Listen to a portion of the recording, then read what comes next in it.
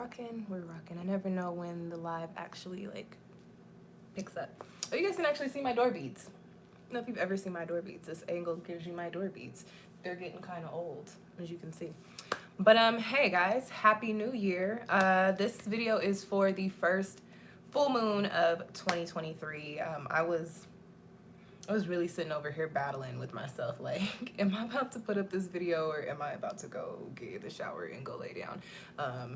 I know a lot of people, when the moon is full or when the moon is doing stuff, they're like, oh, I'm wired, I can't sleep. But I find that when the moon is doing anything way too close to my chart, that I be sleepy. I am a Cancer Sun, Cancer Moon, Cancer Venus, guys. So yeah, I've been tired and I've been sleeping, but I still feel like I haven't had any sleep in like the past 3 days. And so with that being said, I was not gonna do this. Well, I was gonna do the video, then I was like, no, I'm not doing no video. But then I decided I was gonna do it. And so now I'm here, but I'm tired and I look tired. Like my edges are not even laid down. My hair is definitely not done under here.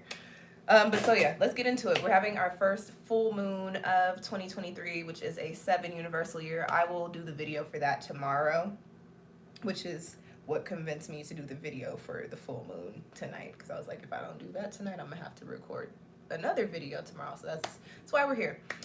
First full moon of 2023, it is in the sign, the best sign in the zodiac. I am biased, it's in Cancer in 16 degrees. And today's the 6th, so it's happening on a 5-day major transformative, major change, transformation, new situations to adapt to with that energy there. And in 16 degrees, breaking down to 7. 7, as you guys know, is the number I associate with like truths, divinity.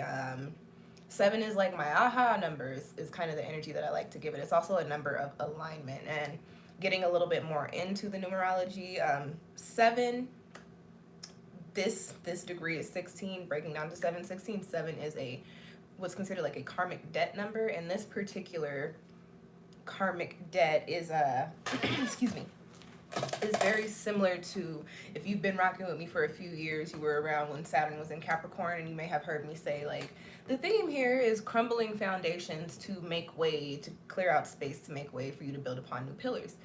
That is the type of energy with this number. So with the full moon being in this number on this day, this is a very,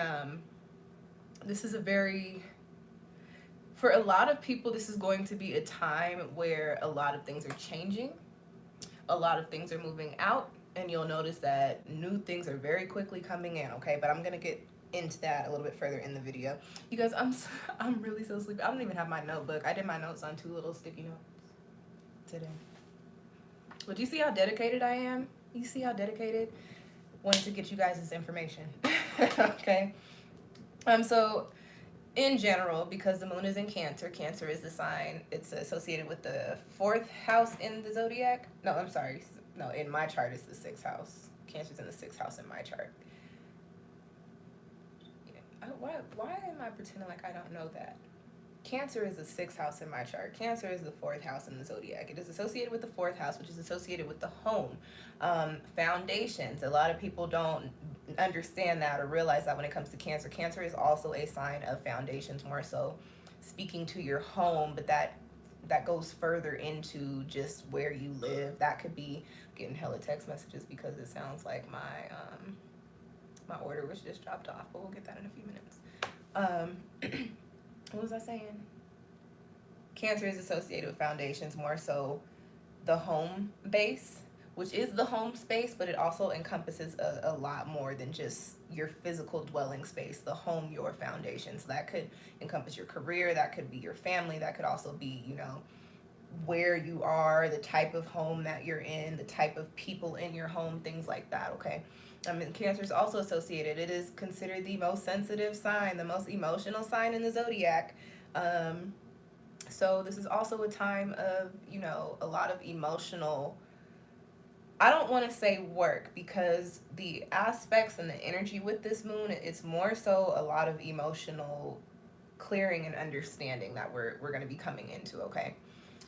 So on a general side, because this is a full moon, and when we're talking full moons, the energy is release, clarity, illumination, you know, The full moon starts the beginning of the end of the lunar cycle. It's right in the middle, so we're at the turning point, so to speak. So this is a turning point moon, and I want to go a little bit further into that too. If you guys watch my videos, you have also heard me say, don't manifest new things around the full moon because this is a time of cultivation. It is. However, with Cancer, with the moon being at home in Cancer, we do get a bit of a restart energy. So this is actually a moon in which you can at least opt to begin new plans for the change that I was speaking about earlier, which I'm going to speak about again in a couple of minutes.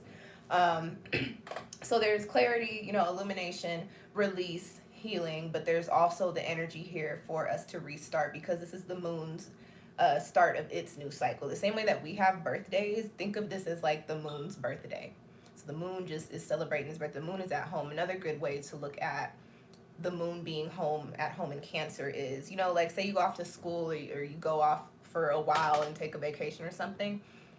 You meet new people, you get acquainted there, you start your life, whatever, but then it's winter break, right? You go home, you kicking it with all your friends from high school, and you just it feels familiar, it feels good, it feels comfortable. That is the type of energy we're dealing with the moon being in. Well, that's the energy anytime a planet is in its home sign, but more so with Cancer because Cancer is the home planet. It's a little bit more amplified there, okay? So on a general level, because I'm going to get into the aspects, and that's where the good stuff is, honestly, with this one. On a general level, with Cancer and the emotions and the home space, you could really definitely expect some shifts in your home. That could be, you might just want to spring clean and clear everything out, clear up the energy, which I actually just did the other day. And I didn't realize that this is the time frame we were in. I guess it's not spring cleaning, it would be winter cleaning.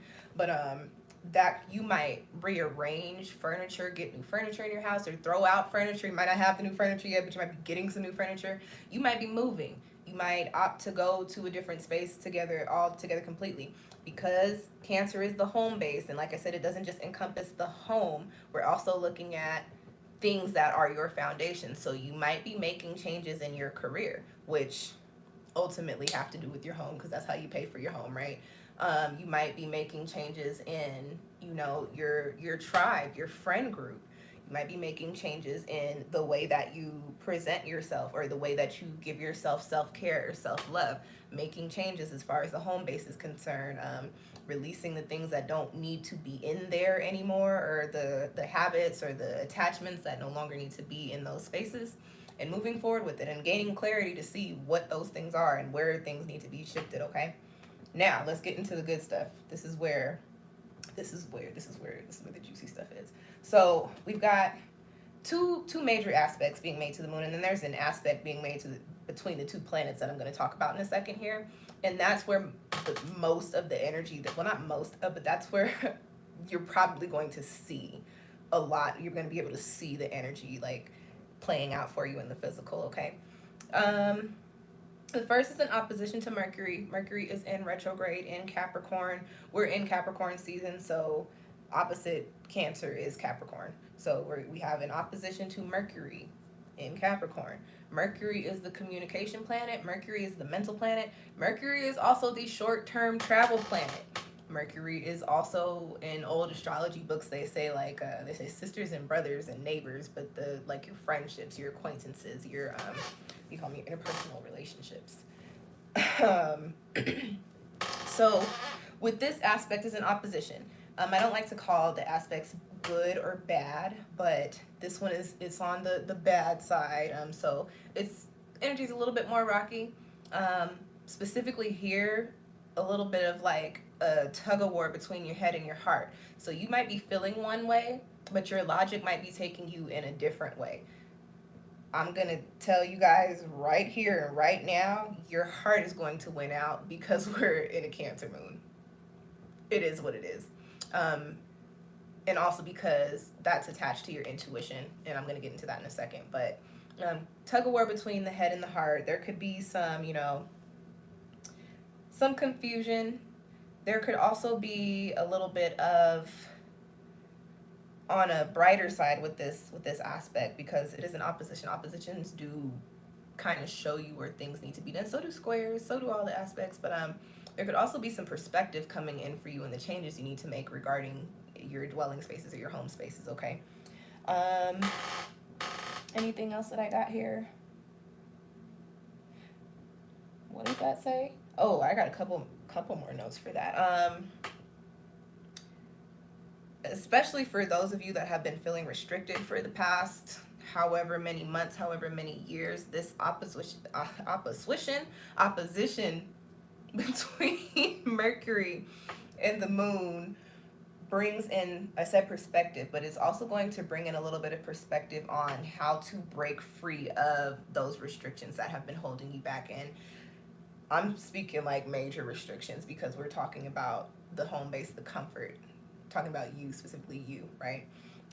There's also an energy here of looking at the world through, I have rose-colored glasses, but it's not necessarily rose-colored glasses. You just might be looking at the world through the wrong glasses. Like, this could be the reality, but you in your head could have a completely different perspective on what the reality is. And while I do support that, because I do say it's all about perspective, with this particular aspect, it is possible that you might need to take them glasses off and get with the program and see what everybody else is looking at, because it's not the math ain't math in there. The next, I need some juice or something. Is my mug over here? It's not. Okay. All right. The next aspect, or the other major aspect, is a sextile to Uranus, which is in Taurus. Uranus is the planet of change, okay? Uranus is actually the planet of unexpected changes. And so with this, the sextile, or the good planets, it's like energy is like the planets is goosing each other. Think of it like that. So this is good energy. With this particular one, and with it being in Taurus, we get some insight into, and again, we're dealing with the moon here.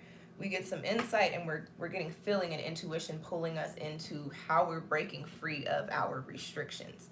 And because this is a planet of change, I would not be surprised if, as you figure out how to break free of them restrictions, very quickly it all starts to fall into place and you break free of them restrictions, and then you're in a completely different energy, completely different space, okay? Now, another aspect, which does not include the moon, but it does include Mercury and Uranus happening at the same time, is a trine between the two. This is another good aspect. And we've got both of these planets in Earth energy. So you got Capricorn and Taurus, you got Mercury and Uranus, so change and unexpected shifts and breaking free of restrictions and comfort and aesthetic and beauty and money, okay? Taurus likes what they like, and I like that for this particular aspect. You've also got communication, you've got perspective, you've also got, changes and moving around and your relationships with people, and you've got business, the business mind. Capricorn is the business-minded sign. You've also got structure, you've also got diligence, you've also got determination. So we've got these two making a trine to each other, so you get intuition and perspective, and all of these things come together, and you're going to figure out how to get things done and to put yourself in the spaces that you want to be in. With the moon happening, because it's Cancer, it comes along with release. Remember I said earlier with the general energy and the numerology for this one is we're really clearing out what needs to be cleared out, and whatever's holding us back. The moon is at home in Cancer. So just like we do when we have our birthdays, or even when you hit the new calendar year, because the energy right now is very much so this new year, new me. I want to be in these new spaces. This is what I have planned for myself. This is what I see myself doing, and this is what I'm going to do, because now I'm aligned with the things that I need to be aligned with. And we don't ever have jets flying over. I rarely ever have jets flying over my apartment. Of all times. That's annoying. That just made me so mad. All day, and y'all want to be flying right now. That's annoying. And it sounds like they're circling. What are we doing? that's all I got for the aspects and the energies and the things that are going on with the moon. As far as rituals go, this is one of my moons, so I do my bigger rituals here, but I actually did this leading up to the moon, so I'm not going to do it today. This is a water moon, so you want to incorporate the water element into your rituals. So like, because this is my moon, my half birthday was a couple of days ago. I'm a Cancer sun, also a rising Capricorn. So this is really my time of year. Like around my birthday and the end of the year is really, I mean, it ain't always popping, but it's when things are shaking and moving for me, you know. Incorporate the water element. Spiritual bath.